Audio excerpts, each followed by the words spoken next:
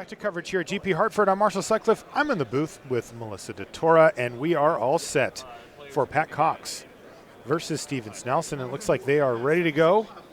And we've got the 5-color humans deck. We saw that there was 27 of those coming over from yesterday. Melissa, you surprised to see that? This deck is kind of the new kid on the block. 5-color humans? Definitely not surprised to see that up here. Humans, right.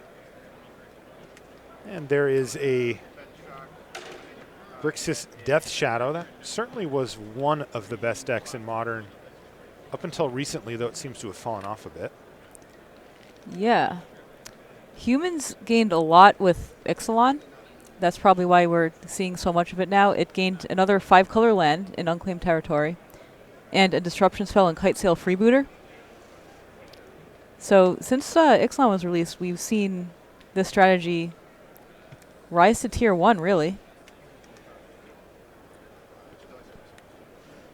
On the other side, we have Death Shadow. This is actually Traverse Death Shadow. So a little bit different. It relies on Traverse the Ubenwald to find the creatures it needs. It plays Tarmogoyf. Mana Morphos to help fix mana. Grim Flare, another way to fill up your graveyard. Get useless spells off the top of your deck, and it's just a solid body at 2 mana 4/4. But it has less disruption than traditional Grixis Death Shadow that we usually see. Less card filtering. Dark Confidant's the card that he ended up taking away with the Inquisition of Kozilek. But that still leaves Pat Cox with now 2 lands that he can make any color of mana with, plus a Noble Hierarch, so this could be quite an explosive turn for him. Yes, and he does in fact get 2 spells down here on turn 2. Impressive stuff. Champion of the Parish gets a +1/+1 counter. He follows it up with a Kitesail Freebooter, and he's going to have a look at what Steven's dealing with. Interesting to see Dark Confidant in the humans deck, not a card we usually see. Pat Cox is playing it as a 1-of here. He also has a lot of interesting choices in his list. He's playing a copy of Whirler Rogue, which is a way to give creatures unblockable, and it just makes a bunch of creatures. That's kind of cool. Yeah, definitely cool. It's a way to get through a young Pyromancer with a lot of tokens. Just give your gigantic Champion of the Parish unblockable. So it looks like Kitesail Freebooter took an Inquisition of Kozilek.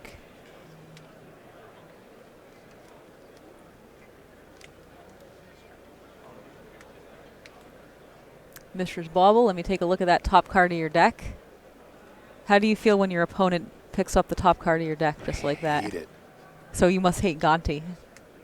Oh, I hate Gaunt. I mean, I love the card, but I hate it when people cast it on me. But the worst feeling of all is, of course, Jace the Mind Sculptor. Oh, yeah, for sure. Take a look at what you're dealing with. For sure. You can keep that. Yep. Yeah, but Takes away all my joy in life. But I just pick up my top card and show it to them, instead of them just grabbing the card like, Fate's Seal with Jace, give me that top card. Sometimes they don't ask. That's pretty rude. They should totally ask. Maybe I'm playing against the wrong opponents. Probably. By the way, a little tournament trick here that you see Steven deploying, Melissa, is that he's kept the cards that Pat Cox saw with Kitesail Freebooter upside down in his hand, while the freshly drawn cards will be right side up. It's just a reminder for him. Pat knows about these. That's really good. By the way, really speaking of really remembering. good, yeah, it's just takes that off the table where you just don't have to go, wait. Does he know about this one? Yeah. It's like, I know he saw these lands, but did he see this land? I don't know, did he see a breeding pool, or did he see an overgrown tomb? Yeah, that's a really useful trick. Now, there's a Mantis Rider that hits the battlefield here as well.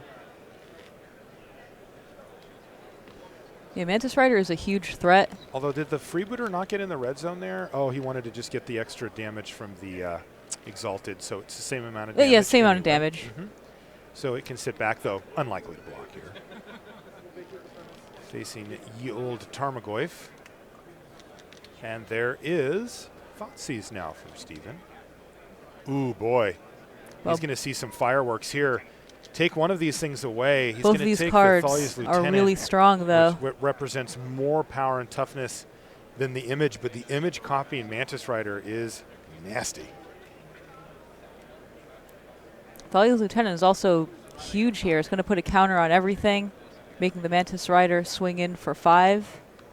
Well, it would have if he would have let him keep it. So we can copy the Mantis Rider. Right. And get in for 7. Yes, Steven is going to need something really good here to get out of this one.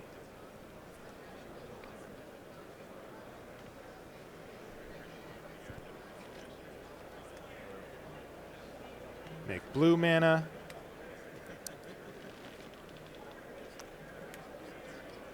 It's kind of amazing how strong this mana is.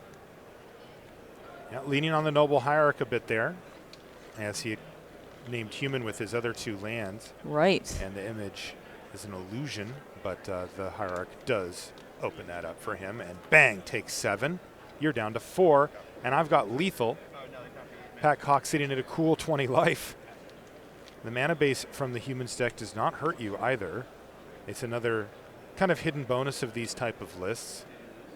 In Modern, it's pretty typical to take 1 to 5 damage in a game off of just your mana base. It's pretty typical to take well over 5 damage off of your lands in the course of a game. You usually have to shock at least once, and then you're cracking several fetches. So it looks like Steven only has 1 removal spell in hand. Oh, okay. GG.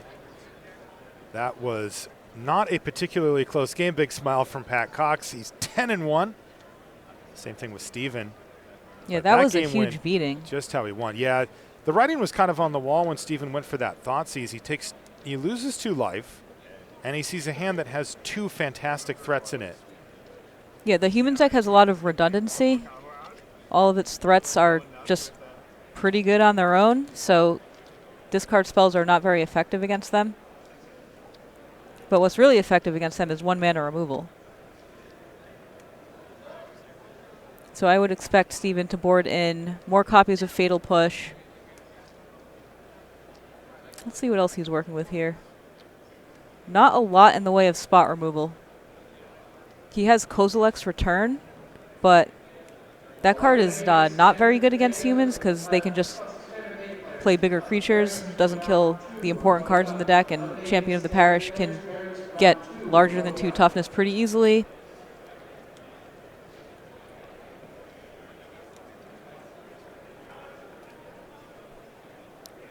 Pat Cox, on the other hand, he has a spicy one in his sideboard. Hostage Taker, another card from Ixalan. So you can steal a Tarmogoyf and then just cast a Tarmogoyf. It's pretty brutal. You can also steal a Death Shadow and cast it, but it's probably going to die because your life total's high. Yeah. But you can still kill this thing for 4 mana and make a body. Yeah, these creature-based matchups, that kind of card really shines. And you mentioned it, Pat Cox has a little bit more in his list towards the top end. 4 Phantasmal Image. And some pretty nice things to copy. 4 copies of Reflector Mage. The Whirler Rogue is pretty spicy. Yeah, just a 1 of, but it's an extra 4 mana card. That's quite powerful. You mentioned the 2 Hostage Takers. I suppose the Izzet Staticasters don't have a lot of value in this matchup. No, not really. What about Dismember? Dismember's good. All right. I can see him boarding that in. Thalia, Guardian of Thraben is okay. But I can see him boarding out maybe 1 copy of it because you don't want to ever draw 2. But I think even if that thing is in play, the opponent can play around it pretty easily.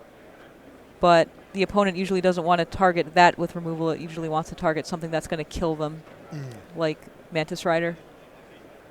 So it can be annoying, but pretty easy to play around.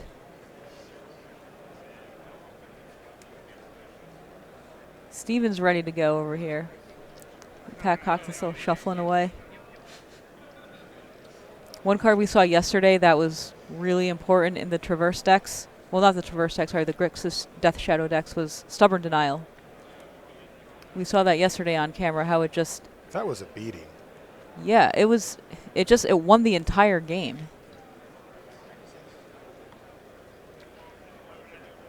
Its threats are so inexpensive and gigantic. So on turn 3, you can just have a Tarmogoyf with counterspell backup, hard counter backup even.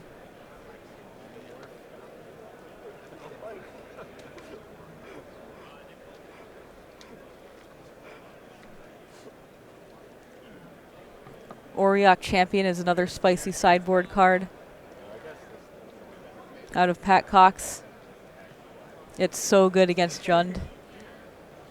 They just gain a lot of life, and it blocks Bloodbraid Elf.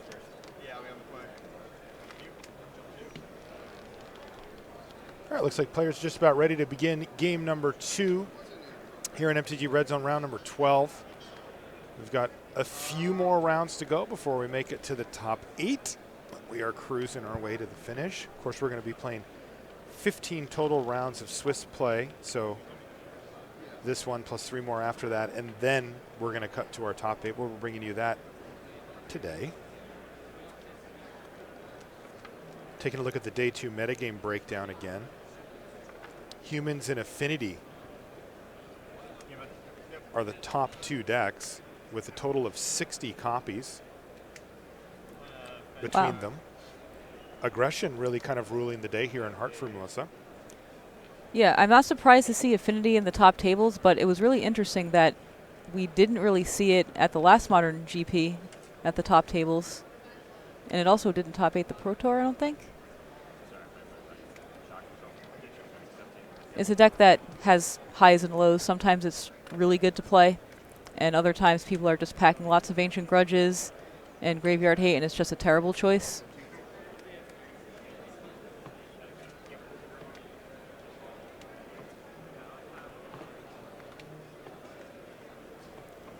Tarmogoyf. Can't really tell how big it is right now because of this glare. I think there's a Mishra's Bauble and a fetch land in the graveyard right now.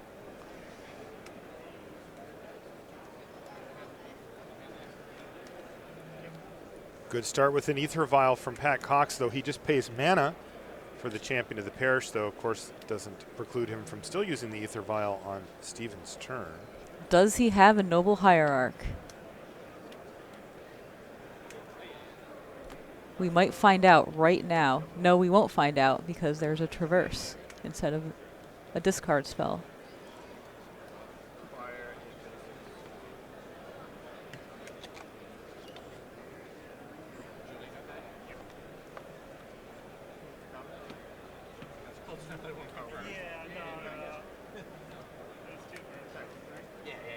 Tarmo is a 2/3. At least that's what he signified. Now it's bigger. Cancel that now order. It's gigantic. Now we're putting a creature and an instant in addition to the other types.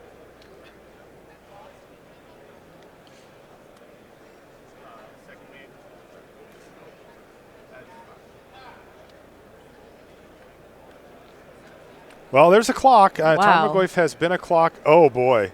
Yep, this is quite the clock. Yeah, just a little 2/2, but boy, this one could get out of hand quickly. We really got to see the 5-color Humans deck go off in the first game, and looks like Steven says, it's my turn to show you what this deck can do. I've also brought a lot of power to the table. In aggro mirrors like this, we really see how important being on the play is. Yes. Yeah, that's a great point, Melissa. Let's see what's left in hand here for Nelson. He is getting Kite Sail freebooted. Is there anything he can even take? Oh, yeah, there's 2 things. There's plenty of things. TBR. Both of these cards are really bad for Pat. Like, Temur Battle Rage will just kill him, and Fatal Push will just disrupt his game plan. So he's going to take away the Fatal Push. That way he gets to keep his freebooter. But that Temur Battle Rage is just going to end the game so quickly. 11:30, ladies and gentlemen, players, your round 2 is being posted. Oh, all right, Reflector Mage, nice. He really needed something like that. Wow, that's some business, though.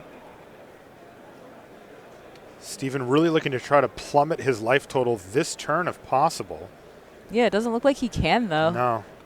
He can't replay the Tarmogoyf. It looks like he has a Traverse. Yeah.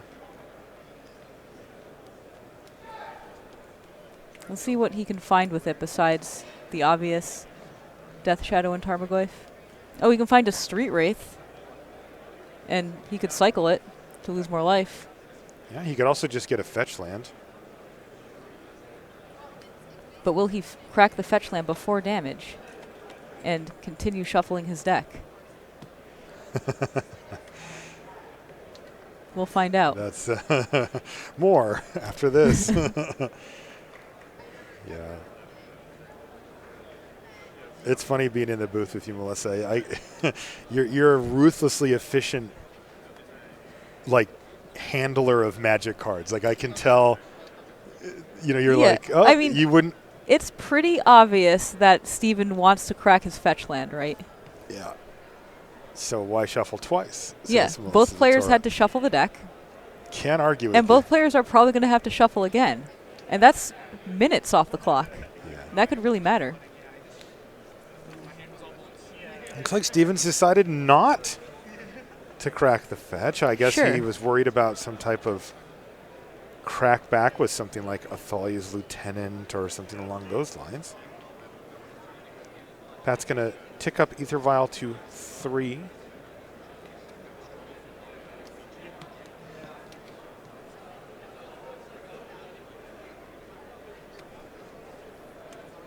Do we have a Mantis Rider? Yes. Nice. Mantis Rider for Pat Cox, and the race is very much on at this point. So it looks like Steven chose to not crack the fetch there to just save 2 life because he was just taking a lot of damage. Yeah. He's taking 6, down to 5. Yep, now down to 4. Can he assemble a Teamer Battle Rage kill here, though?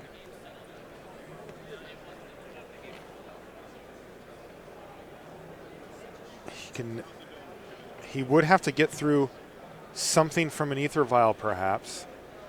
Another Reflector Mage would be ideal.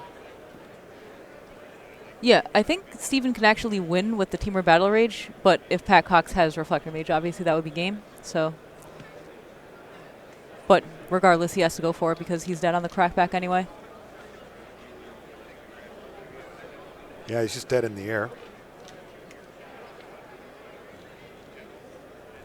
The problem, of course, from Steven's perspective is, would Pat Cox leave himself dead to a card that he knew about? Seems unlikely, right? It's a tough sell. Oh, he has it. Bingo! Has it. And that is the match. Pat Cox wins 2-0 in impressive fashion. And Steven knew it was coming. He didn't have any delusions there that was just going to go great. Immediate handshake after Pat used Ether Vial to put Reflector Mage in, and we could see Pat Cox making a run for top 8. He still have a few rounds to go, but boy, that finish line is in sight at this point. He is getting a very close. Of course, Pat has 3 Pro Tour top 8s on his resume. Pretty impressive. Very impressive, yeah. He does have 6 GP top 8s as well, though no wins as of yet. So maybe today. And we might even get a chance to have a quick word with Pat down in the feature match area as well. We're going to get him prepped up for that. But, boy, he's playing, one of the best decks in this tournament. I just mentioned the Day 2 metagame breakdown. So these are all the decks that made the cut into Day 2. And of them, 33 players are playing Affinity, and 27 are playing some variant of Humans. Pat, has a little bit of technology. We mentioned the Whirler Rogue. Right. The Dark Confidant as well. Yeah, one Bob in the main. It sounds like Pat's ready down in the feature match. Let's have a word. Pat Cox, how's it going, buddy? Marshall with Melissa DeTore in the booth. Hey, how's it going? Well, going pretty well on my end. But boy, man, that was a quick win. It looked pretty easy for you. I drew pretty well. So. Yeah. We were just talking about the Day 2 metagame and how things have broken down. And you are on the deck that has the second most number of decks that made it in with 27. How much are you loving this Humans deck? It's pretty good. I mean, I'm more of a gen guy normally, but that wasn't really doing it for me after Bloodbraid got unbanned. I tried it a bunch, and it wasn't working, so I switched to humans. Steve Rubin posted in our team forum with almost this exact same deck list and was saying how great it was, so I believed him and played it. What's the strength of the deck in your mind? That it's pretty disruptive and also has a really fast clock, so you basically have a chance against everything. Yeah, and that's not something that you always see from aggressive decks, right? The level of disruption that you're putting down is pretty significant. Right, like you can have draws that are as fast as, say, Burn or whatever, but Burn has almost no disruption, basically just idle on, and you just have all these cards that slow your opponent down. Yeah, it's been really impressive seeing it on. What stood out to you, Melissa? So I noticed you had some pretty interesting one-ups in your list, the Dark Confidant and the Whirler Rogue.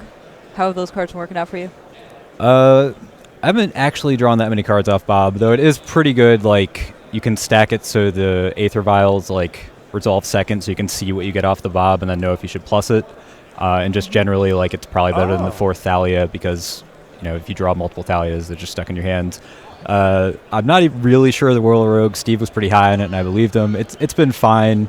I copied it once, which was pretty good with an image. It's a lot of tokens.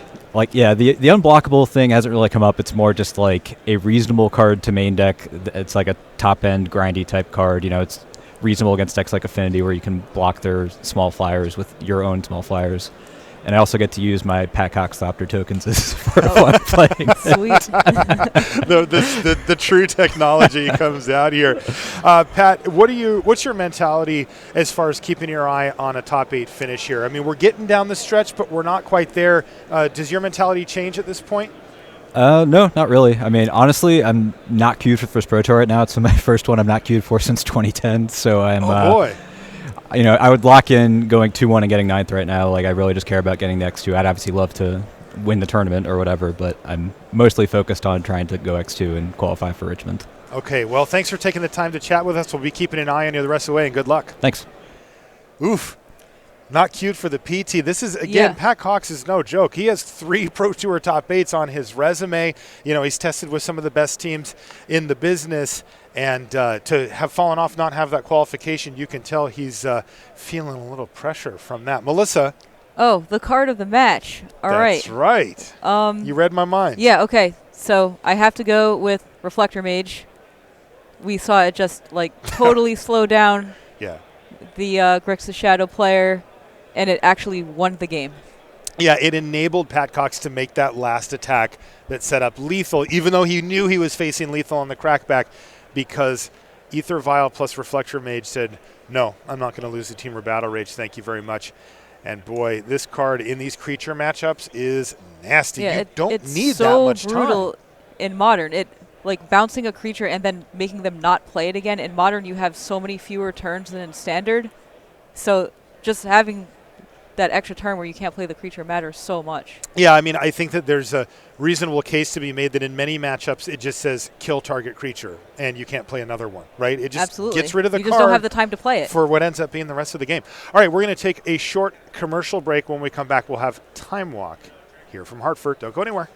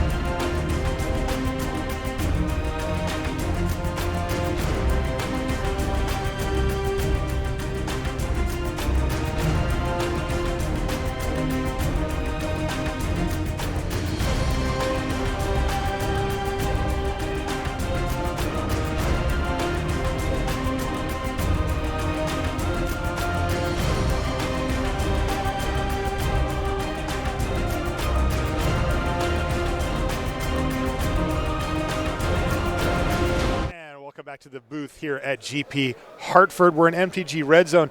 Melissa, is it a mulligan if you use Serum Powder's ability, or is that considered a keep, but then you, like, I don't. I think it's considered a keep, but then, wait.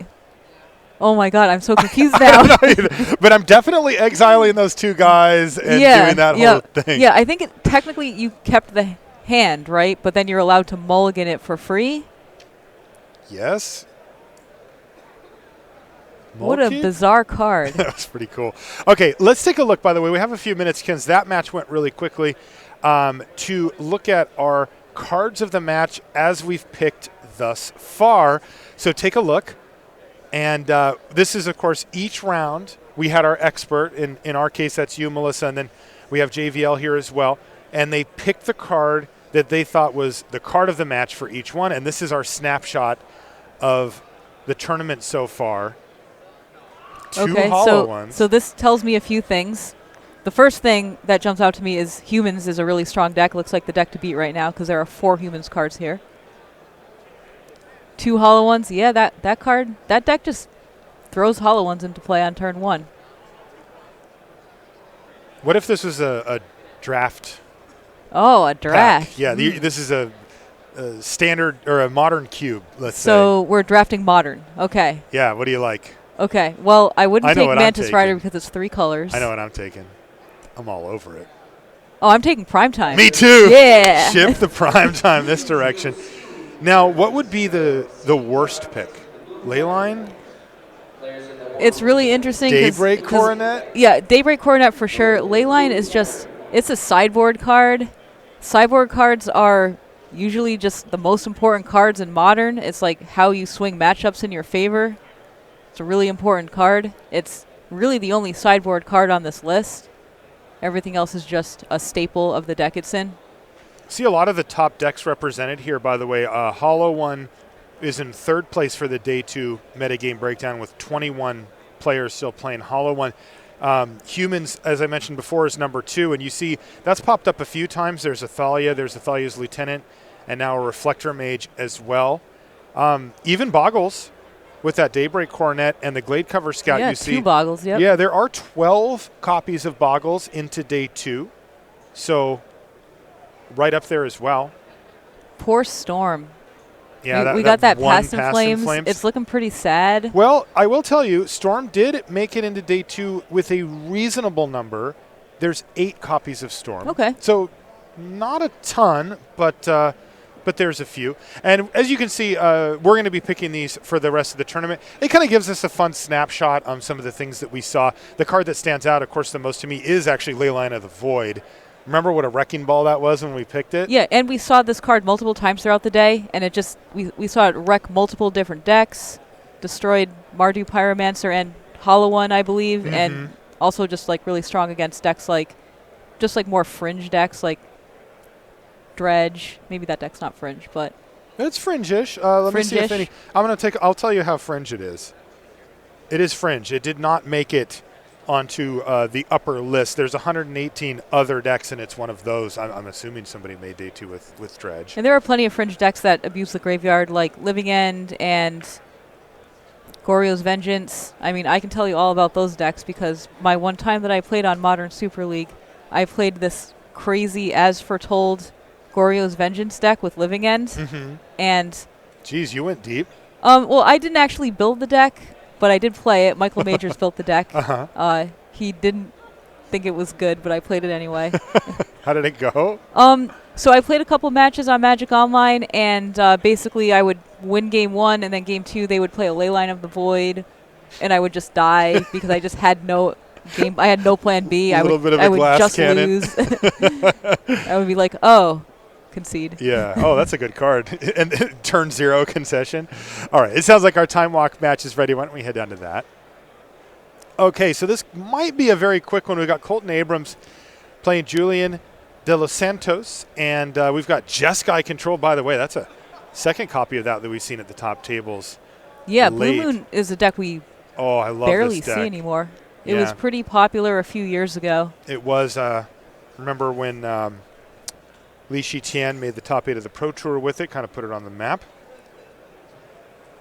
I want to see which version, though, because The deck that I actually play in Modern, Melissa, is a version of Blue Moon, though it is specifically the Through the Breach Emrakul version that really just tries to get that out. Okay. This is the slower one. This is the Thing in the Ice version.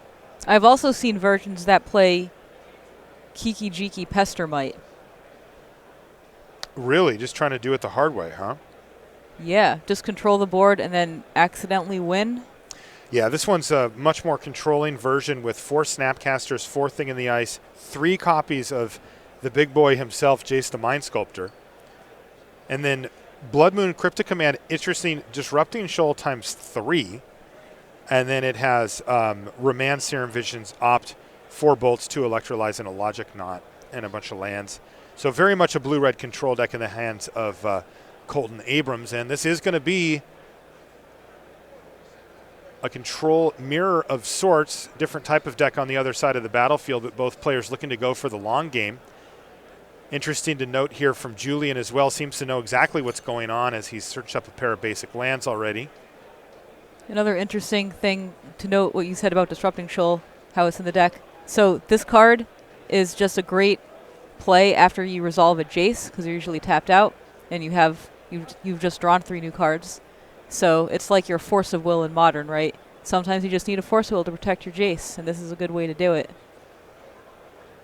Generally, if you can protect Jace for 1 turn, it's just going to take over the game. So playing cards like Disrupting Shoal to just get a free counter can really get your opponent. Yeah, they have that 1-turn window because Jace is a bit fragile in most scenarios. Lots of cards in Modern are good against Jace. Bloodbraid Elf, Lightning Bolt. Yep, Jace does die to Bolt. Yeah, Mantis Rider also has slain many a Jace. And Colton Abrams, he says, you know what, I can't just let that Snapcaster Mage keep hitting me. I'm going to go ahead and use a Lightning Bolt on it right now. Yep, sometimes you got a 2-for-1 yourself. Indeed. Path to Exile took out the Thing in the Ice the turn prior. Wow, we're going to see Colton Abrams just kind of turn the tables on Julian here. Snapcaster for Lightning Bolt, start getting a clock going himself. Yeah, looks like it. Upstairs. I like it. Yeah, what can Julian even do here? He can path the Snapcaster Mage, but you usually don't want to give your control opponent lands. You know what's weird, Melissa? I've kind of always wanted a time machine, but somehow now I really want one just to take that die off the middle of the battlefield that's not doing anything. Right. I thought I would do cooler stuff like make a bunch of money or save a bunch of lives with my time machine, but now I realize that number 4 is the thing that I need to do. How funny that I just didn't even notice that number 4 just hanging out there. And now you can't stop staring at it. Yep. The things that we notice and don't notice as Magic players. By the way, Snapcaster fight in full effect here between these two. This is the 3rd one that's hit the battlefield, flashing back something. Yep, these players are like, I'm just going to give my opponents all the lands so we can just play a good classic control mirror where we each have a lot of lands, a lot of resources, and we're just battling back and forth. That's all I want out of life, just to play control mirrors. I knew there was something wrong with you, Melissa. Now you know. Now you know for Control real. mirrors all day. Oh, my goodness. I mean, I like a control mirror, but... I used to play the Cawblade mirror for fun. I do seriously think control mirrors are fun, though. Oh, I believed you. I've hung out with you plenty of times now. I know. You're a crazy person. This is probably true. There's a Desolate Lighthouse on Colton Abrams' side. That's the type of card that can swing a control mirror in your favor. Just pitch those dead removal spells. Oh, my God. Chat is just destroying me right now. They just keep typing 4. I can't stop looking at that. It's still there. And this is Time Walk. We can't have them move it. It's no. And it's a control mirror, so nothing's happening outside of... So funny story. I totally forgot about the 4 until you said it again because I was because I was watching this control mirror because it's so exciting. Oh, man. I think we discovered your superpower today. You can just ignore things Yeah, I'm a that Magic I player. cannot. There's stray dice on tables all the time. Ugh. You just learn to ignore it. It's a feature match area. Electrolyze to draw a card. Players are chipping away at each other's life totals. Yeah, that's usually how these games play out. You just have random lightning bolts that don't do a whole lot, and you want to cast your Snapcaster mages, and you want to do something, so you end up just bolting them with it. But this incidental damage does add up. Unless, of course, you have Lightning Helix. Then it just resets.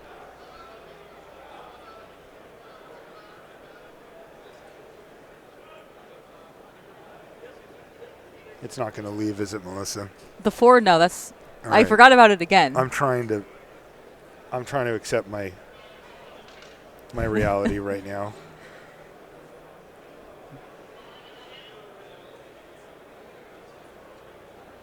This is what happens when you have a control mirror. No cards are getting into the red zone. You just don't notice the 4 hanging out in the red zone. I was really hoping that 2 mana was going to be cast for a thing in the ice, and then he could just grab the 4 and put it back on top. Oh, man, and if only. then it would be. No, we are not that fortunate. Did you say fortunate? I did.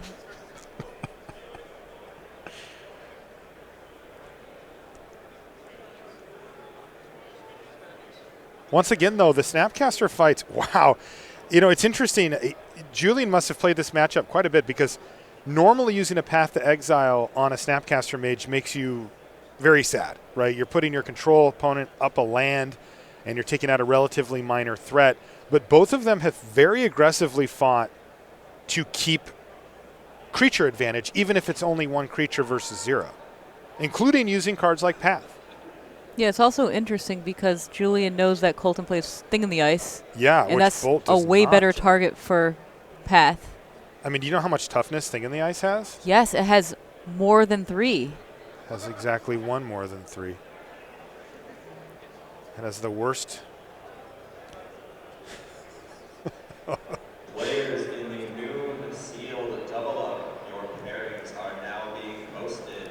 Julian already is holding another path, though, a backup path, so... This is an interesting one here as well, Melissa. He's going to use Desolate Lighthouse to try to get some advantage going. And Yep. this is the spot why you have that usually singleton Lighthouse, even in your Blood Moon deck. It's pretty awkward in the deck, but it absolutely shines in these spots. And he already has land advantage here. Land advantage is one of the most important things in control mirrors. And he has nearly double the amount of lands that Julian has, so he can easily pitch lands to Lighthouse here. But usually in control mirrors, you need your lands. But here, he really doesn't.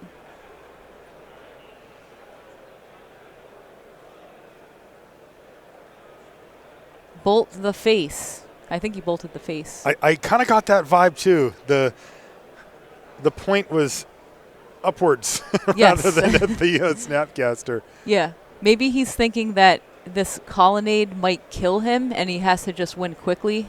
Because he currently doesn't have an answer to colonnade in hand. What are the stats on the colonnade again? 4/4.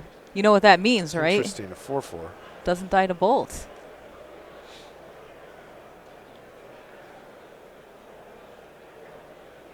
It does die to double bolt, though. That's true. But then again, so does Julian.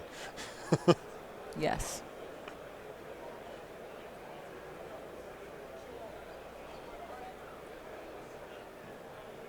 This game has not played out in a typical way for a control matchup, but it's been pretty cool with one, of course, glaring exception. The 4, Right. of course. Which, again, I forgot about. Until you mentioned You are it. incredible. How do you do it? It's right there. You can't not see it. It's a stray die. You learn to ignore it. Teach me your ways. You just play lots of tournament Magic. Or even kitchen table Magic. There's like way more dice hanging out at kitchen table Magic. Snapcaster Mage on the stack for Colton. Julian did find an interesting one, by the way, with the last draw step, a Lightning Helix. Yep, that's going to could be be a a- really important card here. Could definitely be a race changer. Guess we're going to see a logic knot here from Julian. There it is. Wait, is it for 3? Is it for 3? It looks like it's for 3. Because Colton could just pay. Oh, wait, did he fetch down to 6? Because if so, and Julian just has double burn, which he does, that'll be game, right? If Julian if he pays, has Helix plus another burn yeah, spell? so doing this for 3 makes sense, because if he just pays, He's he can't get dead. value out of Snapcaster anyway, and then he's just dead to burn. okay.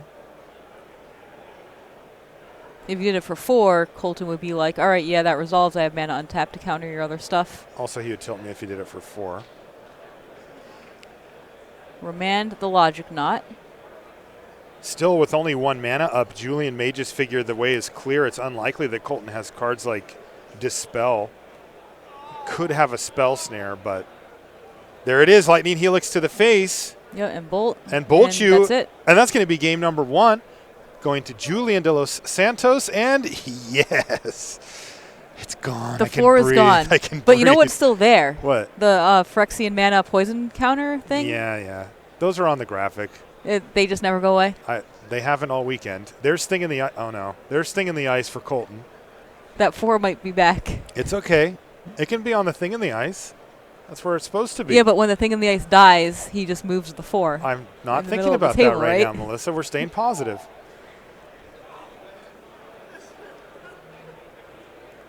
Oh, there's Jace the Mind Sculptor. Maybe we'll see him make an appearance for the first time this weekend. Oh, I would love on that. camera, I think. Probably my favorite 4-drop ever. Which side did you see it on? Over on Colton's side, I No, assume? I saw it on Julian's side. Oh, wait, okay. it's on both players' sides. They both have one in hand. Jace fight. I'm in for that. Oh, the Jace fights. Oh, they're so great. Are they? Oh, yeah. They're right up your alley. I know. Now, if let's say that one of them has an opening to resolve a Jace, do you think that we will see them plus it to get out of range of bolts, or do we assume that those will no longer be in post-board? I think you have to keep in some bolts, like especially Julian, who has both bolt and helix. I don't think there's any way he can take out all of them. Okay. So likely plus it then, just to... Yeah, I think so. It really depends on where you are in cards, too. Like, Sure, maybe your if you hand is need the good, card. and then you just plus it. Maybe you just really need the brainstorm. Colton's just going to pass the turn back. But he is ahead with that thing in the ice on the battlefield.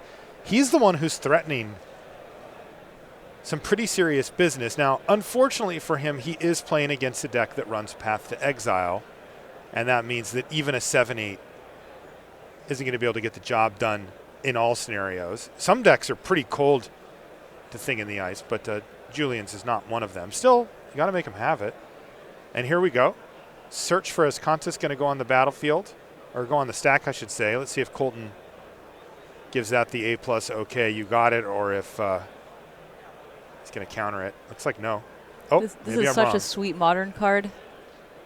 It's so much Opt. easier to fill your graveyard in Modern than it is in Standard. Absolutely. And it's just a blue Rampant Growth. I mean, Julian already has 2 cards in his yard, and he has yet to cast a spell this game. It is shocking, by the way, Melissa, how much that mana matters. Way more in Modern than it does Yeah, in Standard. absolutely. Yeah, you get that. Like you said, it's like a Rampant Growth for a color that you often are very happy to have. And it's an untapped land. Hey, there's a Disrupting Shoal. Ooh. I thought we were going to see a Jace followed by an opponent's Jace followed by a Disrupting Shoal removing my other Jace, but looks like we won't see that this game. Well, we might see a Jace. Oh, we might still see it, just but straight up. But yeah, anyway, that's 2 counters off of the Thing in the Ice, so it's starting to wiggle around a little. and I don't think I see a path in Julian's hand, so he might be in trouble. Wow.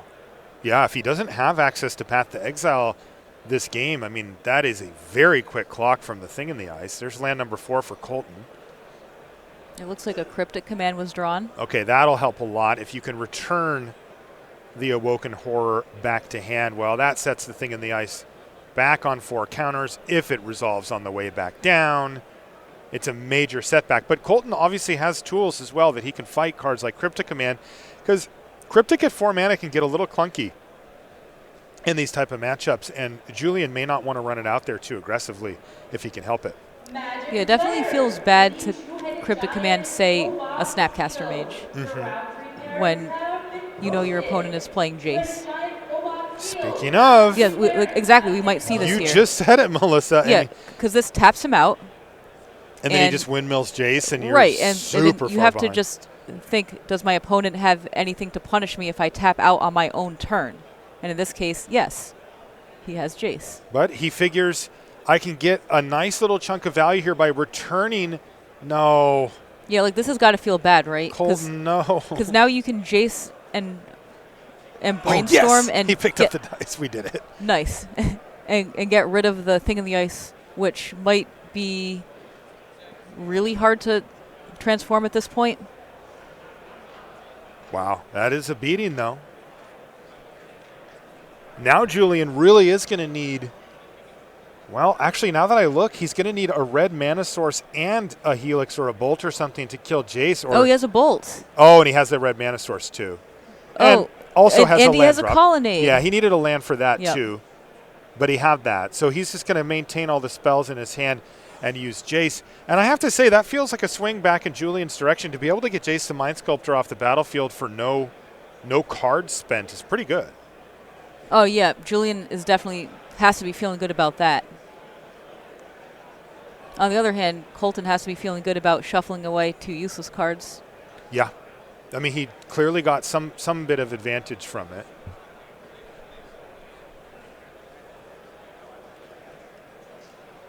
I don't see much action out of Colton, though. There's the thing in the ice. Yeah, I see a Lightning Bolt in his hand, and I think another land, but I don't think much else. Oh, there's another Cryptic.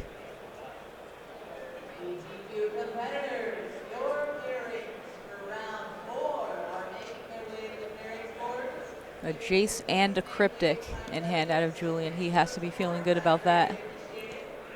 Untapped land here for Julian. He's going to pay the 2 life.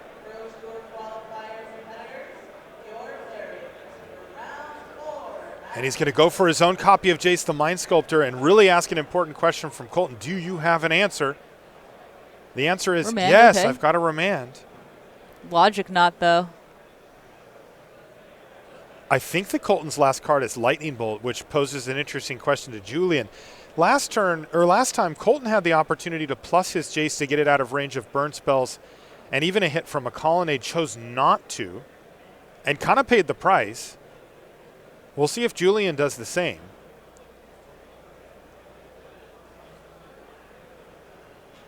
Because Logic Knot counters the remand, and now we've got Jace, and the question is, where does Julian feel he's at? Because if he pluses Jace, he could get out of range of the Bolt, and he's going to. Nice. Very nice. Smart play from Julian. He's playing the Jace game perhaps a little better than Colton at this point.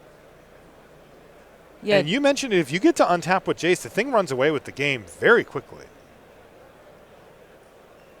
If Colton has a lot of spells in hand, the thing in the ice can destroy the Jace. Yeah, this is, I believe, the last card in his hand, Melissa. It is, yeah. So He has to he's draw. gonna need to see a Serum Visions He or has to something? draw like an opt into a spell. Yeah. Let's see what he top decks. I think it was a blue card. Oh, that no. is not what you want to top deck. You were correct. That had to be one of the worst draws for him there. Now Jace the Mind Sculptor gets to take over. We're going to see brainstorms galore here from Julian. Yeah, with no cards in hand, I would definitely brainstorm this. Same. He could be ultra conservative and plus it again. He does have Colton on 0 cards, so there is an argument for saying just plus it. Oh, he plussed it. Yeah, I think there's an argument for this. There is an argument for this because he's holding a Cryptic Command. There you go. Now he gets to dodge Bolt. He also gets to control his opponent's draw step to a point. So it makes sense. And I guess that Julian must have put it back on top of the library because Colton's cracking a fetch. Ooh, there's Keranos in the Or maybe- library. Did he put it on the bottom? I actually didn't see if he put it on top or Yeah, bottom. I didn't see where he put it. Interesting, though, But that Keranos with a was fetch the land in bottom play, it card. doesn't matter so much anyway. Right. I'm just curious. Well, we do know that he bottomed the last card, I believe, so that was probably the Keranos.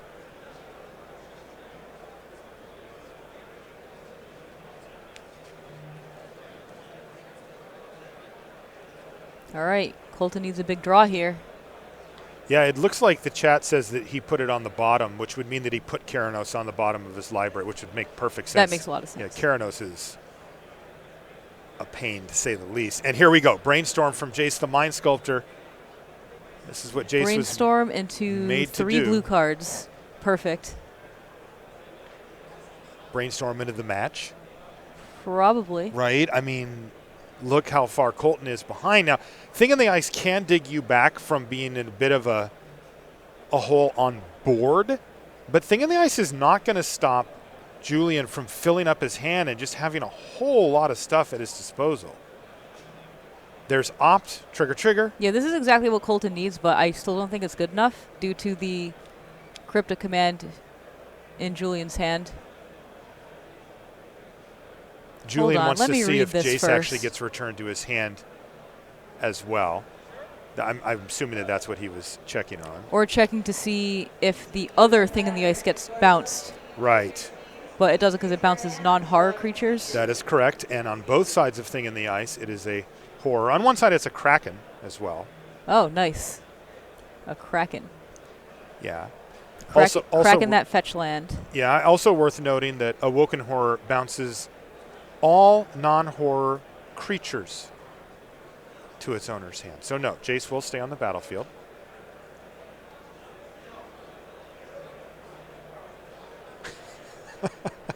Chat's on the they said, look, it's 1 + 3 = 4 from the dice.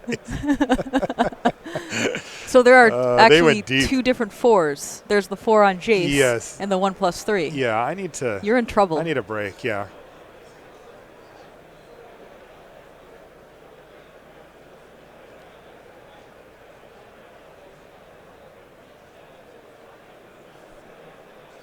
What just happened?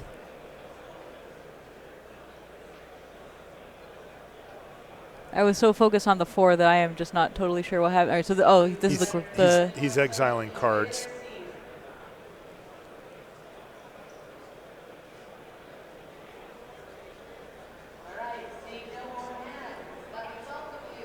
Ostensibly for a logic delve knot. Okay, card. that That's makes right. sense. Yep. Okay, I didn't realize that was what was going on. I just saw him picking up his graveyard and doing something. Yeah. And now we do have an Awoken Horror transform, and another one getting pretty low. Yes, yes, yes, when a hero comes along. Oh, whoever's on that was, I love you. Highlight of the match. And it looks like Negate is going to hit Logic Knot. Now, of course, that did not stop the Awoken Horror from transforming. And there's Dispel. Wow, nice couple of But there's draws a Cryptic from Colton. Command still. But I think the Cryptic Command is better to be used to Return the Awoken Horror, or perhaps? tap team, return the Awoken Horror makes a lot of sense.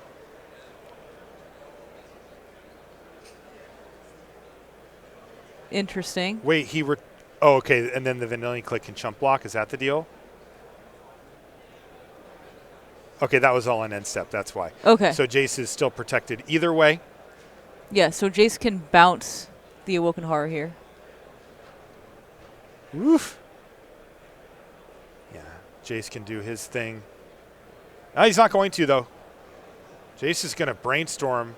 And look at that. He found a path to exile. Yeah, Julian said, Jace will help me find path to exile. I have faith in the Jace, and it pays off.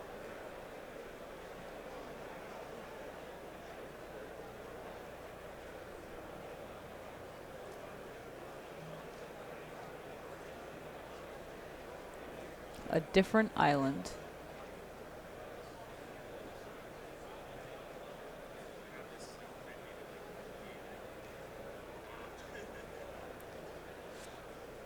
Chat's pointing out something that I noticed as well, that the Vanillion Click didn't seem to actually trigger.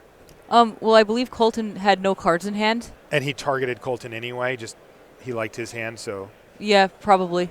I mean, he would have to show one. Yeah.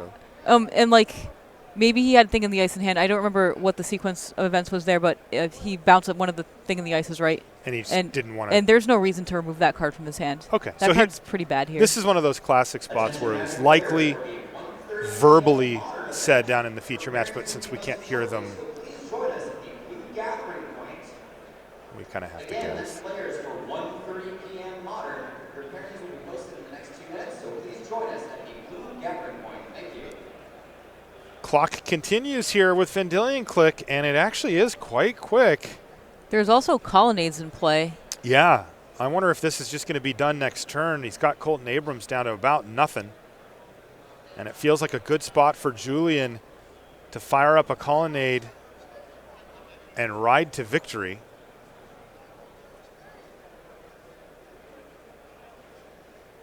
Yeah, it's very unlikely that Colton can chain 4 spells here to trigger that Thing in the Ice. Yeah, he'd need to get extraordinarily lucky to do that.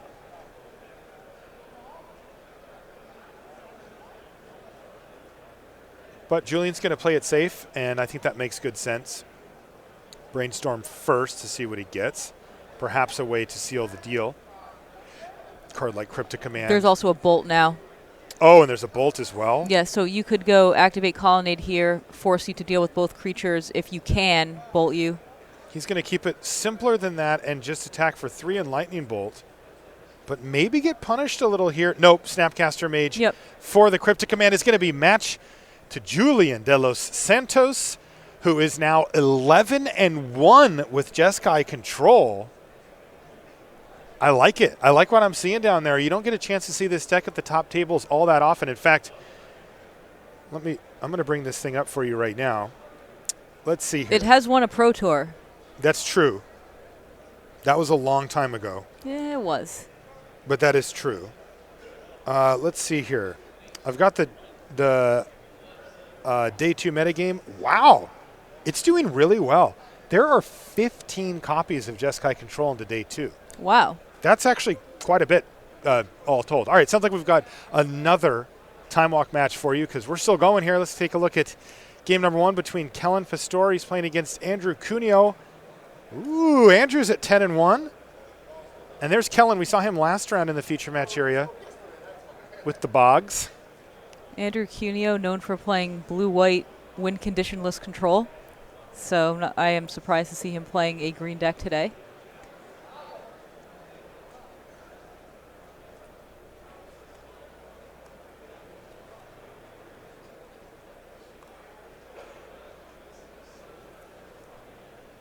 Do we have the deck list here? Yeah, they're here. All right, let's see what we're working with here. Here's Andrew's. I'll find the other one for you. You start studying Yeah, that. Andrew is the one that I wanted to see. No, Boggles I know, doesn't change so much. I know you want to see the Boggles deck list and all the sweet tech about how many basics they run and, Oh, of course. you know. Is it Hyena, So- Umbra, or Griff's Boon? The big Right. questions for Boggles players. So Andrew is playing a pretty straightforward Abzan Company deck with 4 copies of Collected Company and Court of Calling, and he has multiple infinite combos in here.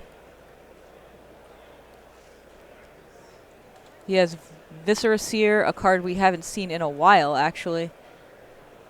The combo with Kitchen Finks and Vizier of Remedies. You can scry your entire deck with Viscera Seer. And of course, the Devoted Druid combo is in here as well. We talked about that earlier.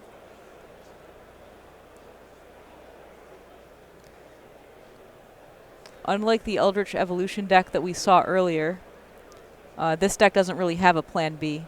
It can beat down with Kitchen Finks, but it's mostly trying to combo off. And it did. Oh, they're so fast now. Corbin tells me, by the way, that it's going to be in the highlights piece this evening, so it's not up quite yet.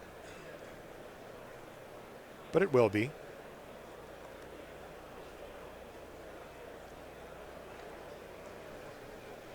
One problem with the Boggles deck is it has very few ways of interacting with combo. It just has such few interaction points in general. Like, its interaction is usually in the form of enchantments like Suppression Field, Leyline of Sanctity, but generally it's weak to combo. And also on physical appearance boards. Please go ahead and find Tireless Tracker, I Modern love All-Star. that card. It's fantastic. It Yes. looks a little fair here, though, I will say. Yeah. You play lands in your deck anyway. Yeah. Why would you not want to turn them into clues? Agreed. And a big fat creature, but this core Spirit Dancer could outpace the tracker easily here. Yeah, it can get out of hand very quickly, but on the other hand, Andrew could just win instantly at any point. Like, he could have Collect a Company here and just Collect a Company into a win.